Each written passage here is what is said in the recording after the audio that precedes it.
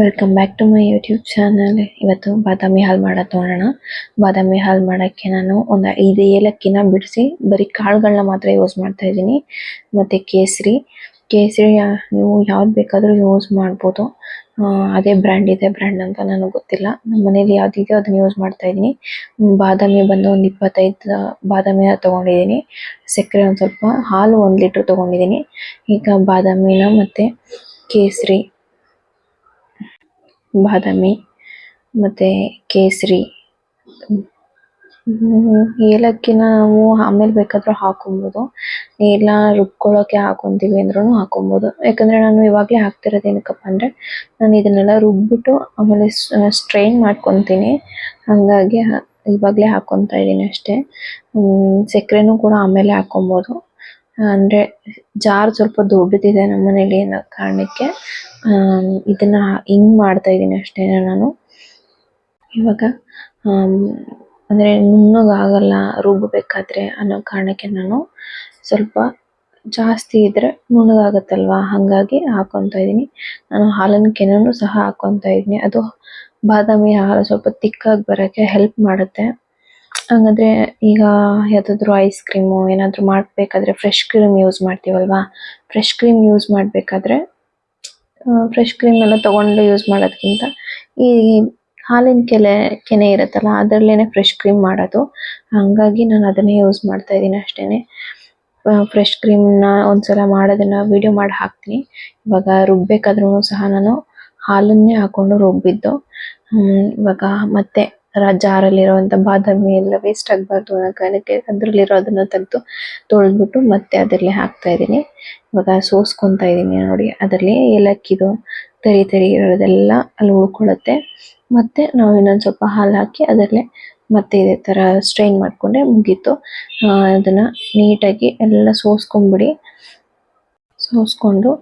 ಆಮೇಲೆ ಮತ್ತೆ ಇವಾಗ ನಾನು ಜಾರಲ್ಲಿ ಇನ್ನೊಂದು ಸ್ವಲ್ಪ ಹಾಕಿ ಮುಚ್ಚಿಬಿಟ್ಟು ಅದನ್ನು ಮತ್ತೆ ಹಿಂಗೆ ಮಾಡಿ ಮತ್ತೆ ಅದರಲ್ಲಿ ಮುಚ್ಚಳದಲ್ಲಿ ಇರೋದೆಲ್ಲ ಹಾಕ್ಬಿಟ್ಟು ಮತ್ತೆ ಅದನ್ನು ಸಹ ನಾನು ಹಾಲು ಹಾಕ್ಕೊಂಡೇ ಮಾಡ್ತಾ ಇದ್ದೀನಿ. ಯಾಕಂದರೆ ನೀರು ಹಾಕಿದ್ರೆ ತುಂಬ ತೆಳ್ಳಗಾಗ್ಬಿಡುತ್ತೆ. ಯಾಕಂದರೆ ನಾನು ಹಾಲು ಯೂಸ್ ಮಾಡ್ತಾ ಇರೋದು ಸ್ಕೈ ಬ್ಲೂ ಕಲರ್ ಬರುತ್ತೆ ನೋಡಿ, ಅದನ್ನೇ ಯೂಸ್ ಮಾಡ್ತಾ ಇದ್ದೀನಿ. ಆರೆಂಜ್ ಕಲರ್ದು ಯೂಸ್ ಮಾಡಿದ್ರೆ ಟೇಸ್ಟ್ ಇನ್ನೂ ಚೆನ್ನಾಗಿ ಬರುತ್ತೆ. ನಮ್ಮ ಮನೇಲಿ ಯಾವುದಿದೆಯೋ ಅದನ್ನೇ ಯೂಸ್ ಮಾಡ್ಕೊತಾ ಇದ್ದೀನಿ. ನಮ್ಮ ಮನೇಲಿ ಹಾಲು ಸ್ವಲ್ಪ ಜಾಸ್ತಿ ಇರುತ್ತೆ ಯಾವಾಗಲೂ, ಹಾಗಾಗಿ ಈ ಥರ ಮಾಡ್ತಾ ಇದ್ದೀನಿ ಅಷ್ಟೇ. ನಿಮಗೆ ತಿಕ್ಕಾಗಬೇಕು, ಇವಾಗ ಐಸ್ ಕ್ರೀಮ್ ಕುಲ್ಫಿ ಮಾಡ್ಕೊತೀರಲ್ವಾ, ಆ ಥರ ಏನಾದರೂ ಕುಲ್ಫಿ ಮಾಡ್ಕೊಬೇಕು ಅಂದ್ರೂ ಸೇಮ್ ಇದೇ ಥರನೇ. ಇದಕ್ಕೇ ನಾನು ಇವಾಗ ಬಿಸಿ ಮಾಡೋಕ್ಕೆ ಇಟ್ಟಿದ್ದೀನಿ ನೋಡಿ, ಹಾಲು ಬಿಸಿ ಆಗೋಕ್ಕೆ ಇಟ್ಟಿದ್ದೀನಿ. ಅದಕ್ಕೇ ಸ್ವಲ್ಪ ಕೇಸರಿ ಹಾಕಿದ್ದೀನಿ. ಮತ್ತು ಇವಾಗ ಬಾದಾಮಿ ಎಲ್ಲ ರುಬ್ಬಿಟ್ಕೊಂಡಿದ್ವಿ ಅಲ್ವಾ, ಅದನ್ನು ಹಾಕ್ತಾ ಇದ್ದೀನಿ. ಇದೆಲ್ಲ ಚೆನ್ನಾಗಿ ಕುದಿಬೇಕಾದ್ರೆ ಸ್ವಲ್ಪ ಸಕ್ಕರೆ ಹಾಕ್ಕೊಬೇಕು. ಆವಾಗಲೇ ಹಾಕಿದ್ವಿ ಅಲ್ವಾ ಸಕ್ಕರೆ, 5 ಸ್ಪೂನ್ ಸಕ್ಕರೆ ಹಾಕಿದ್ದೀವಿ ಅಷ್ಟೇ. ಅದಾದಮೇಲೆ 1 ಲೀಟ್ರ್ ಹಾಲಿಗೆ 5 ಸ್ಪೂನ್ ಯಾವ ಲೆಕ್ಕನೂ ಅಲ್ಲ, ಹಾಗಾಗಿ ಮತ್ತೆ ನಾವು ಎಕ್ಸ್ಟ್ರಾ ಸಕ್ಕರೆ ಹಾಕ್ಕೊಳ್ಳೇಬೇಕು. ಸಕ್ಕರೆ ಬೇಡ ಅಂದರೆ ಬೆಲ್ಲ ಯೂಸ್ ಮಾಡ್ಬೋದು. ಬೆಲ್ಲ ಯೂಸ್ ಮಾಡಬಾರ್ದು ಅಂತ ಏನೂ ಇಲ್ಲ, ಬೆಲ್ಲ ಯೂಸ್ ಮಾಡ್ಕೊಳ್ಳಿ. ನಮ್ಮ ಮನೇಲಿ ಬೆಲ್ಲ ಯೂಸ್ ಮಾಡೋದೇ ಇಲ್ಲ ಅಂತ ಮಾಡ್ತೀನಿ. ಅಂದರೆ ಪಾಯಸ ಆ ಥರದ್ದು ಏನಾದರೂ ಮಾಡಿದ್ರೆ ಯೂಸ್ ಮಾಡ್ತೀನಿ. ಇವಾಗ ಈ ಬಾದಾಮಿ ಹಾಲೆಲ್ಲ ಮಾಡ್ತಿರೋದ್ರಿಂದ ಸಕ್ಕರೆನೇ ಇರಲಿ, ಅಂದರೆ ಕಲರ್ ಚೇಂಜ್ ಆಗಿಬಿಡುತ್ತೆ ಬಾದಾಮಿ ಹಾಲು ಅಷ್ಟೇ. ಅಂದರೆ ಇನ್ನೂ ಸ್ವಲ್ಪ ಡಾರ್ಕಾಗಿ ಕಾಣಿಸುತ್ತೆ, ಅದು ಬಿಟ್ಟರೆ ಇನ್ನೇನಿಲ್ಲ. ಇವಾಗೆಲ್ಲ ವೈಟ್ ಕಲರ್ ಎಲ್ಲ ಬಂದ್ಬಿಟ್ಟಿದೆ. ಬೆಲ್ಲ ವೈಟ್ ಇರುತ್ತೆ, ಕೆಂಚಗಿರುತ್ತೆ, ಇನ್ನು ಜೋನಿ ಬೆಲ್ಲ ಅದೆಲ್ಲ ಇರುತ್ತೆ. ಅದೆಲ್ಲ ಏನಂತೆ ಎಲ್ಲದರಲ್ಲೂ ಕೆಮಿಕಲ್ಸ್ ಇದ್ದೇ ಇರುತ್ತೆ. ಶುಗರಲ್ಲಿ ಮತ್ತು ಬೆಲ್ಲದಲ್ಲಿ ಏನೂ ವ್ಯತ್ಯಾಸ ಇರಲ್ಲ. ಅದರಲ್ಲಿ ಎಷ್ಟಿರುತ್ತೋ ಶುಗರು ಇದರಲ್ಲೂ ಅಷ್ಟಿರುತ್ತೆ. 1-2% ಅಷ್ಟೇ ನಮಗೆ ಶುಗರ್ ಕಂಟೆಂಟ್ ಬೆಲ್ಲದಲ್ಲಿ ಕಡಿಮೆ ಇರುತ್ತೆ ಅಷ್ಟೇ. ಶುಗರ್ ಇರೋರು ಬೆಲ್ಲ ತಿನ್ನಬಾರ್ದು, ಸಕ್ಕರೆ ತಿನ್ನಬಾರ್ದು. ಈ ಸಕ್ಕರೆ ತಿನ್ನಲ್ಲ ಅಂದಮೇಲೆ ಬೆಲ್ಲನೂ ಸಹ ತಿನ್ನಬಾರ್ದು ಶುಗರ್ ಇರೋರು.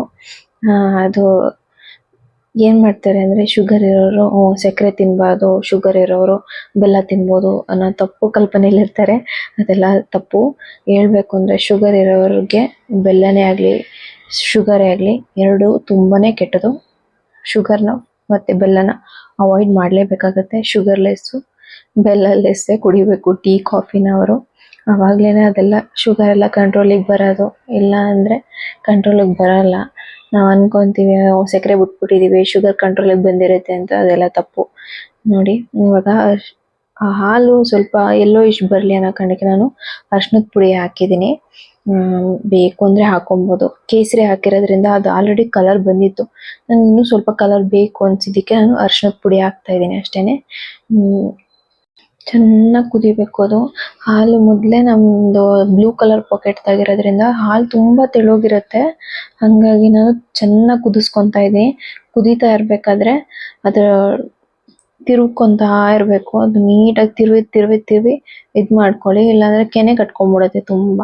ಹಾಗಾಗಿ ತಿರುವ್ತಾ ಇರ್ತೀನಿ ಅಷ್ಟೇನೆ. ನಿಮ್ಗೆ ಬೇಕು ಅಂದರೆ ತಿರುಗ್ಕೊಳ್ಳಿ. ಕೆನೆ ಕೆಲವ್ರು ಕೆನೆನೂ ತಿಂತಾರೆ. ನನಗೆ ಇಷ್ಟ ಆಗಲ್ಲ ಕೆನೆ ಎಲ್ಲ. ಹಾಗಾಗಿ ನಾನು ತಿರುವ್ತಾ ಇರ್ತೀನಿ. ಬೇಡ ಅಂದರೆ ತುಂಬ ಕುದಿಸೋ ಅವಶ್ಯಕತೆ ಇರಲ್ಲ ಒಂದೊಂದು ಟೈಮ್. ಯಾಕಂದರೆ ಕೆಲವೊಂದು ಗಟ್ಟಿ ಇರೋ ಹಾಲು ಇರುತ್ತಲ್ಲ, ಅದಕ್ಕೆ. ಆದರೆ ನಾನು ಇವಾಗ ಬಾದಾಮಿ ಹಾಲನ್ನ ಒಂದು 2 hours ಫ್ರಿಡ್ಜಲ್ಲಿ ಇಟ್ಟಿದ್ದೆ. ಅದನ್ನು ಇವಾಗ ಹಾಕಿ ಸರ್ವ್ ಮಾಡ್ತಾ ಇದ್ದೀನಿ. ಗ್ಲಾಸ್ ಲೋಟದಲ್ಲಿ ಹಾಕಿ ಸರ್ವ್ ಮಾಡ್ತಾ ಇದ್ದೀನಿ. ಏನಿಲ್ಲ, ಬೇಕಾದರೆ ಬಾದಾಮಿ ಹಾಲನ್ನ ನಾವು ಬಿಸಿಯಾಗೂ ಕುಡಿಬೋದು, ತಣ್ಣಗೆ ಮಾಡಿಕೊಂಡು ಕುಡಿಬೋದು. ಇದನ್ನೇ ಬೇಕಾದರೆ ನಾವು ಕುಲ್ಫಿ ಮೌಲ್ಡಲ್ಲಿ ಹಾಕಿ ಒಂದು ಸ್ಟಿಕ್ ಹಾಕಿ ಅದನ್ನು ಫ್ರೀಝರಲ್ಲಿ ಇಟ್ಟರೆ ಅದೇನೇ ಬಾದಾಮ್ ಕೇಸರ್ ಕುಲ್ಫಿನೂ ಆಗುತ್ತೆ. ಇವಾಗ ಬಾದಾಮ್ ಕುಲ್ಫಿ ಹೆಂಗಿರುತ್ತೋ ಸೇಮ್ ಅದು ಹಾಗೆ ಇರುತ್ತೆ taste. Okay, thanks for watching. Next ವಿಡಿಯೋದಲ್ಲಿ ಸಿಗೋಣ.